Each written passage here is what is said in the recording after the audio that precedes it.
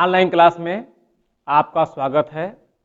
मैं DP Maurya SSIC Kanakpur विद्यालय से कक्षा 11वीं के लिए रसायन विज्ञान में आज बच्चों हम आपके लिए लेकर आए हैं आवर्त सारणी का जो हमारा चैप्टर है, जिसका नाम है तत्वों का वर्गीकरण एवं गुण धर्मों में आवर्तिता।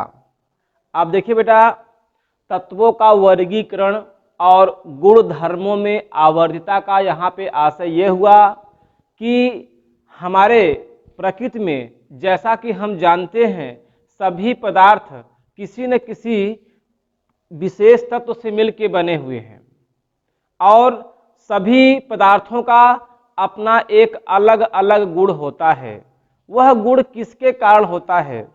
रसायन विज्ञान की जब उदय के समय की हम बात करते हैं, लगभग 18वीं शताब्दी के आसपास कुल हमारे 63 तत्व ज्ञात थे। कितने बेटे? हमारे 63 तत्व ज्ञात थे। अब उन सभी 63 तत्वों को हमें जानकारी प्रदान करने में या उन्हें याद करने में कोई समस्या नहीं होती थी। जैसे जैसे हमारा समय बीतता गया, लगभग 1865 ईस्वी तक कुल मिलाकर के हमारे तत्वों की संख्या 31 से 63 हो गई।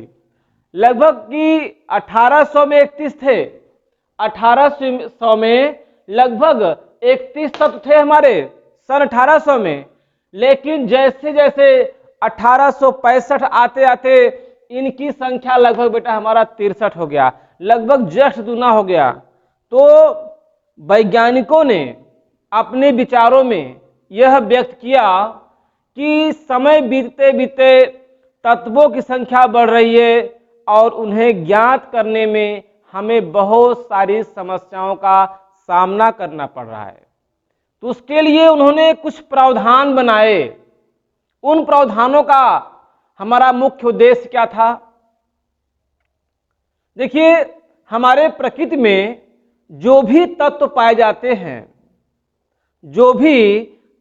जाते हैं, उनकी हमारे दो क्रियाकलाप होते हैं।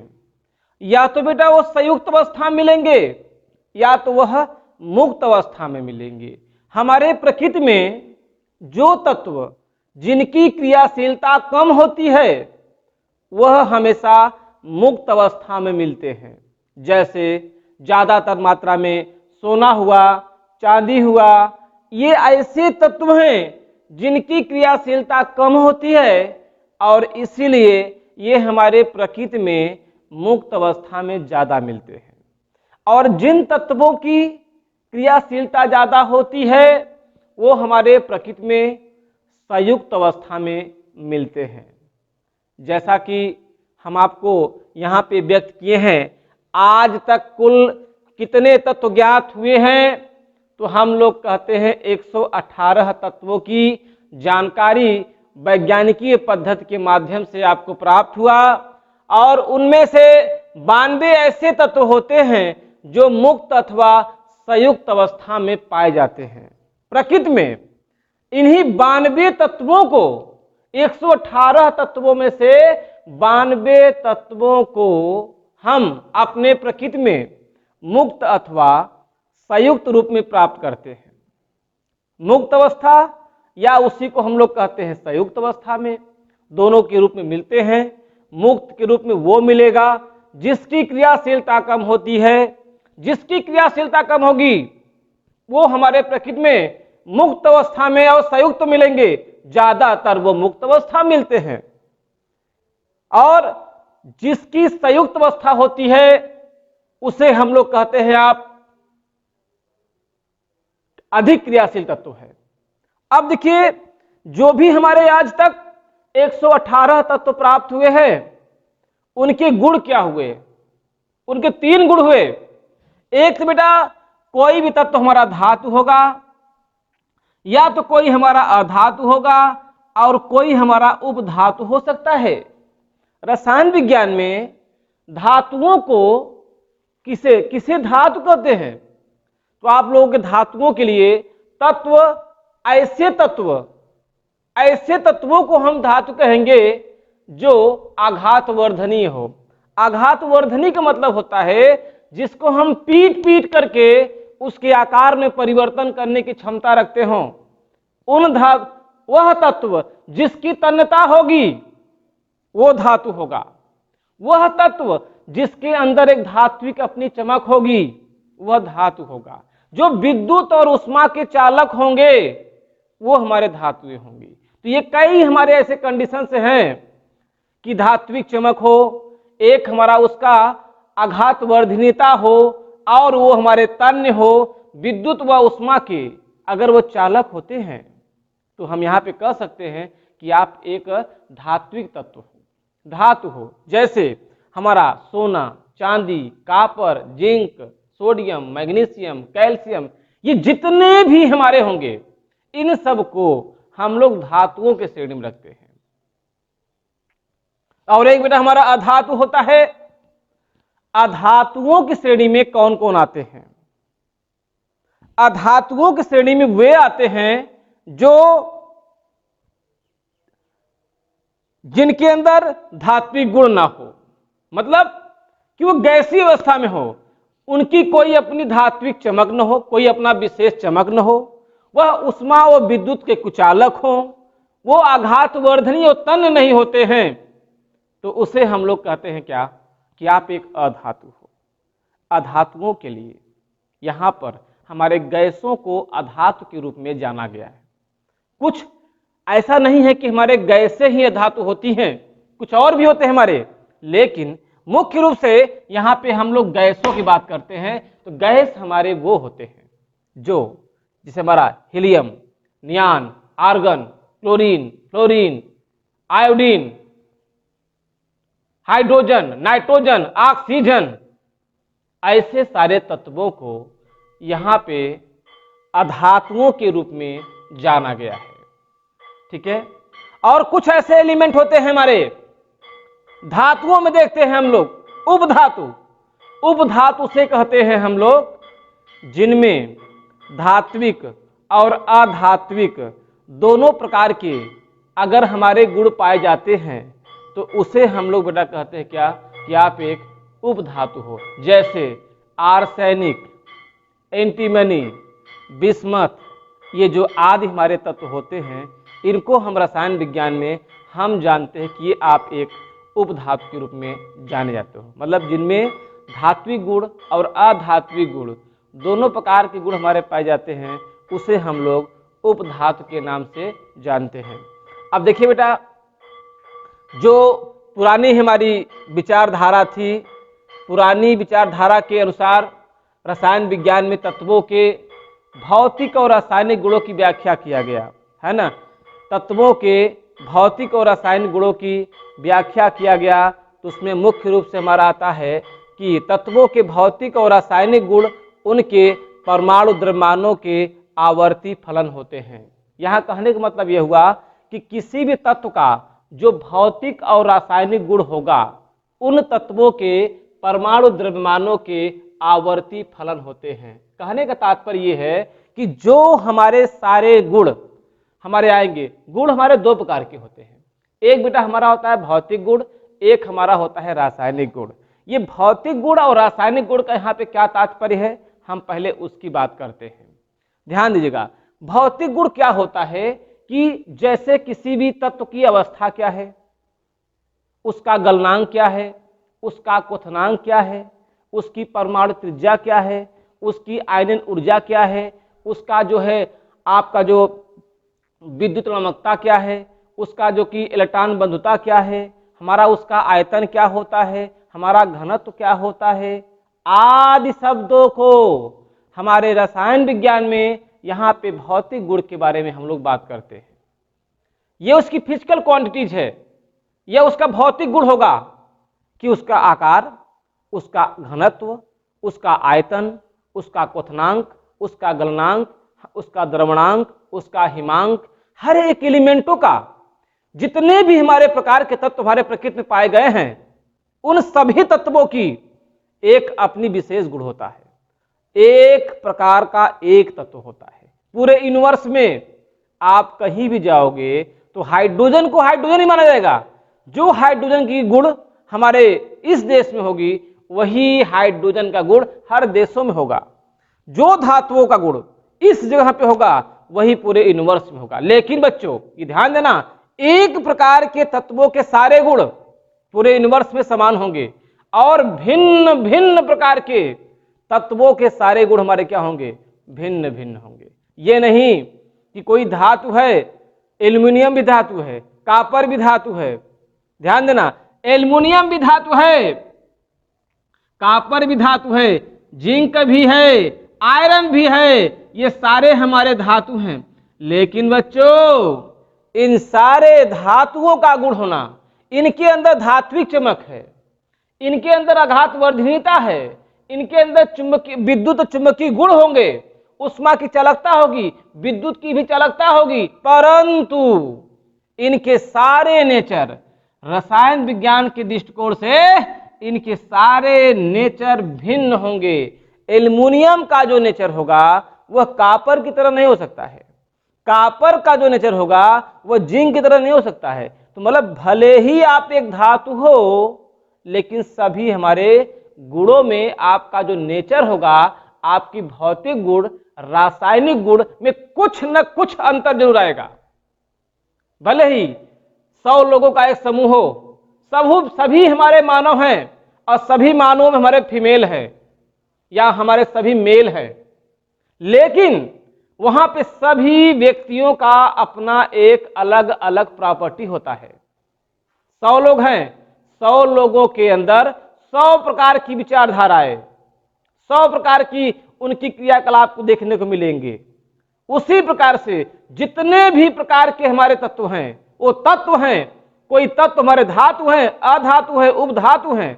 भले ही सभी हमारे धातुएं हैं लेकिन धातु तो हैं, लेकिन सारे प्रॉपर्टीज उनके भौतिक और रासायनिक गुण हमारे डिफरेंस होंगे।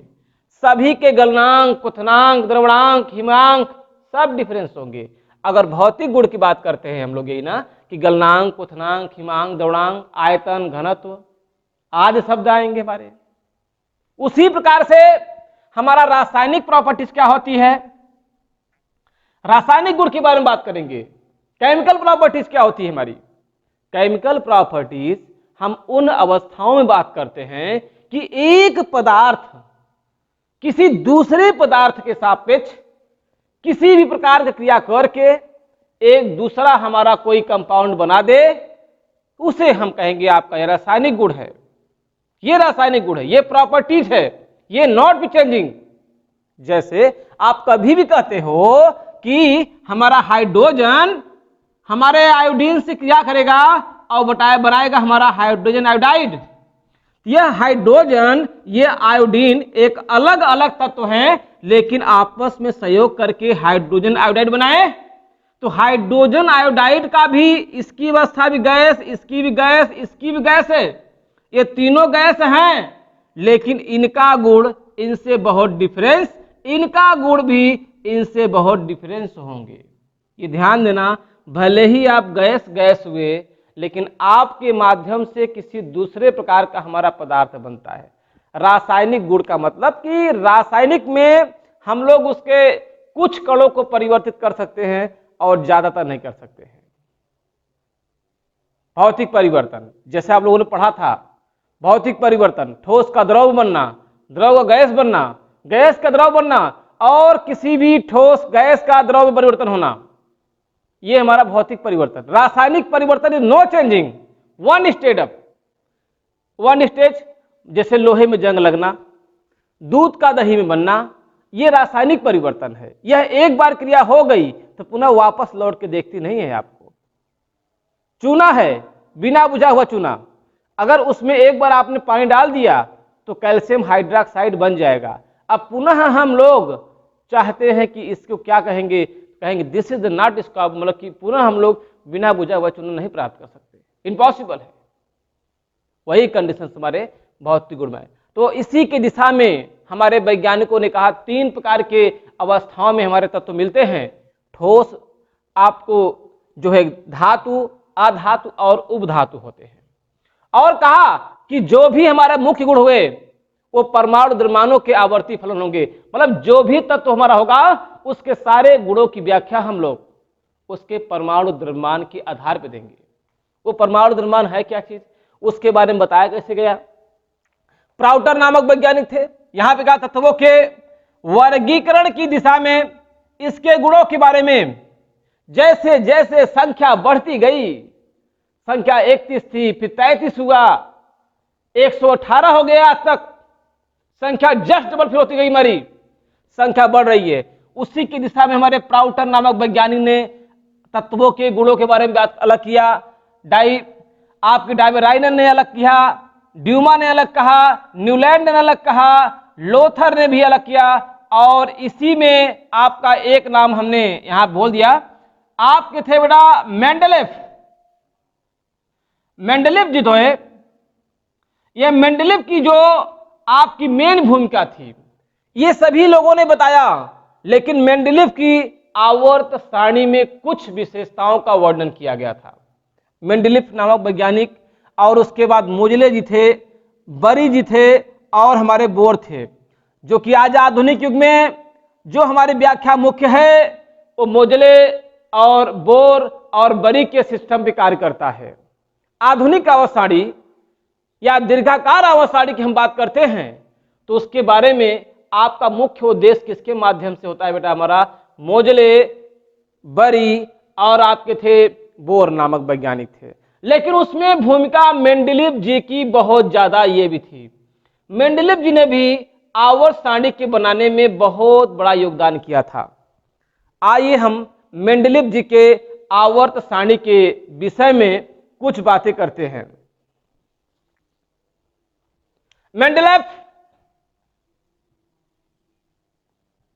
मेंडलेव जी जो थे, इन्होंने एक बात बोली थी कि मैं आज हमारे पास लगभग 63 तत्व ज्ञात है। उन 63 तत्वों को मेंडलीव नामक वैज्ञानिक ने कहा कि यदि उनके परमाणु भारों के आधार पर, परमाणु द्रव्यमानों के आधार पर अगर हम तत्वों को एक आवर्त सारणी में अगर समायोजित करते हैं तो हमारा क्या लक्षण होगा। तो मेंडलीव नामक वैज्ञानिक ने अपने सिस्टम में बताया कि मैं एक ऐसे आवर्त सारणी का विकास करता हूं कि जिसमें तत्वों के भौतिक और रासायनिक गुणों की जो व्याख्या होगी वह परमाणु द्रव्यमान के आवर्ती फलन होंगे। किसने कहा बेटा, मेंडलेफ ने। मेंडलेफ नामक वैज्ञानिक ने, उन्होंने कहा कि जो हमारी आवर्त सारणी होगी, मेंडलेफ नामक वैज्ञानिक ने कहा कि जो हमारी आवर्त सारणी होगी उसका मुख्य गुण होगा तत्वों के भौतिक और रासायनिक गुणों की जो व्याख्या हम देंगे वह परमाणु द्रव्यमान के आधार पर होगा।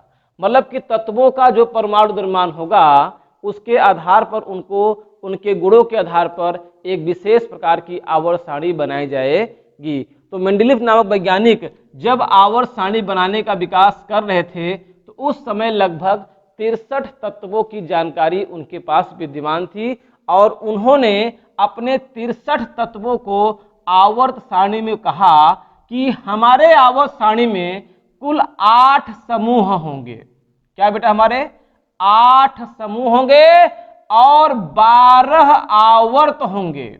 याद रखिएगा, मेंडलीव नामक वैज्ञानिक ने सर्वप्रथम कहा कि इन सभी 63 तत्वों को हम इस प्रकार से समायोजित करते हैं कि इनके लिए हम 8 समूह बनाएंगे और 12 आवर्त बनाएंगे। या कहेंगे ऊर्ध्वाधर 8 पंक्तियां लिया और क्षैतिज 12 लिया। उन्होंने ऊर्ध्वाधर 8 और क्षैतिज 12 लिया इस प्रकार से। और उन्होंने कहा किसी विशेष समूह में किसी भी तत्व को जब रखा जाएगा तो उनके परमाणु द्रव्यमानों के बढ़ते हुए क्रम में रखा जाएगा। मतलब कि परमाणु द्रव्यमान बढ़ता जाएगा, मतलब निम्न परमाणु द्रव्यमान से उच्च परमाणु द्रव्यमान की ओर इनका हमारा स्थान को प्रदान किया जाएगा। मतलब कि निम्न परमाणु द्रव्यमान वाला तत्व हमारा ऊपर होगा और उच्च परमाणु द्रव्यमान वाला तत्व हमारा नीचे होगा। इस प्रकार से मेंडलीफ नामक वैज्ञानिक ने अपने 63 तत्वों की जानकारी प्रदान कराया और जाकर के उन्होंने मेंडलीफ की आवर्त सारणी की व्याख्या किया। और जैसे जैसे बेटा समय हमारा बीतता गया, इसमें और भी तत्व हमारे खोज हुए। खोज होने के उपरांत यह देखा उन्होंने, और वैज्ञानिक आए, जैसे मोजले जी ने आए। मोजले जी आए, उसमें विज्ञान का विकास और हो चुका था, तो उन्होंने मेंडलीफ की आवर्त सारणी में कुछ दोष को समायोजित किया। हम मेंडलीफ की आवर्त सारणी के दोष की बात करेंगे। दोष क्या था? मेंडलीफ की आवर्त सारणी में दोष मोजले नामक वैज्ञानिक ने निकाला और कहा, मेंडलीफ महोदय, आपकी आवर्त सारणी में एक दोष यह है कि आपके आवर्त सारणी में पहला ही दोष यही है कि आपने कहा था कि तत्वों को परमाणु द्रव्यमान के बढ़ते हुए क्रम में रखा जाएगा, लेकिन महोदय आपके आवर्त सारणी में किसी किसी समूह में ऐसा देखा गया कि उच्च परमाणु द्रव्यमान का तत्व ऊपर है और निम्न परमाणु द्रव्यमान का तत्व नीचे है। तो उन्होंने कहा कि उस समय इसकी जानकारी हमारे पास विशेष नहीं थी, बाद में उनको समायोजित किया गया। तो इसके आधार पर मोजी ने कहा ठीक है, चलो एक ही दोष है। उन्होंने कहा दोष नंबर 2, अगर महोदय जी आपकी आवर्त सारणी में अगर हम परमाणु द्रव्यमान के आधार पर अगर आवर्त सारणी बनाते हैं तो उस समय हमारे पास समस्थानिक नहीं थे। आज आपकी आवर्त सारणी में समस्थानिकों का भी विकास हो चुका है। तो महोदय जी बताइए, अगर समस्थानिक के आधार पर, अगर मैं परमाणु द्रव्यमान के आधार पर अगर हाइड्रोजन को स्थान देना चाहूं तो हमारी आवर्त सारणी में 3 स्थान हाइड्रोजन का अकेला पैदा होगा। ऐसे हमारे और कई तत्व हैं। तो उन्होंने कहा हाँ। तो उन्होंने माना कि मेंडलीफ जी ने माना कि मेरे आवर्त सारणी में समस्थानिकों का कोई स्थान नहीं है। ऐसे ही ऐसे उन्होंने कहा कि आपकी आवर्त सारणी में अक्रिय गैसों का कोई उचित स्थान नहीं है। मेंडलीफ जी, आपके आवर्त सारणी में अक्रिय गैसों का कोई स्थान नहीं है। ऐसे 3-4 दोष मोजले नामक वैज्ञानिक ने गिनाया और फिर उनसे पूछा गया कि अगर बताइए मोजले जी, अगर परमाणु द्रव्यमान के आधार पर अगर आप मेरे आवर्त सारणी में अगर दोष निकाल रहे हो तो आपके अनुसार जो आवर्त सारणी आप बनाना चाहते हो उसका आधार क्या होना चाहिए? तो मोजले नामक वैज्ञानिक ने सिर्फ यही कहा कि महोदय, आज हमारे सभी तत्वों के नाभिक की विशेषता पता हो चुकी है। नाभिक के बाहर क्या होते हैं, नाभिक में क्या होते हैं, अगर उसके आधार पर अगर हम बात करते हैं तो कहेंगे कि तत्वों के जो परमाणु भार के आधार पर आपने आवर्त सारणी बनाई है उसी में एक परिवर्तन कर दिया जाए कि परमाणु द्रव्यमान के आधार पर अगर आधुनिक आवर्त सारणी बनाई जाए तो हमारी सारी विशेषताएं बदल जाएंगी। तो इसी प्रकार बच्चों, मेंडलीफ की आवर्त सारणी में परमाणु द्रव्यमान का जो गुण था कि हम उसके भौतिक और रासायनिक गुणों की व्याख्या परमाणु द्रव्यमान के आधार पर करते थे, उसको वहां पे निरस्त किया गया और मोजले जी ने परमाणु क्रमांक पर इसकी विवेचना किया और इसके बारे में बताया। मैं आपको इसी के आगे कि परमाणु क्रमांक के अनुसार आधुनिक आवर्त सारणी का विकास कैसे हुआ था हम बताएंगे। धन्यवाद।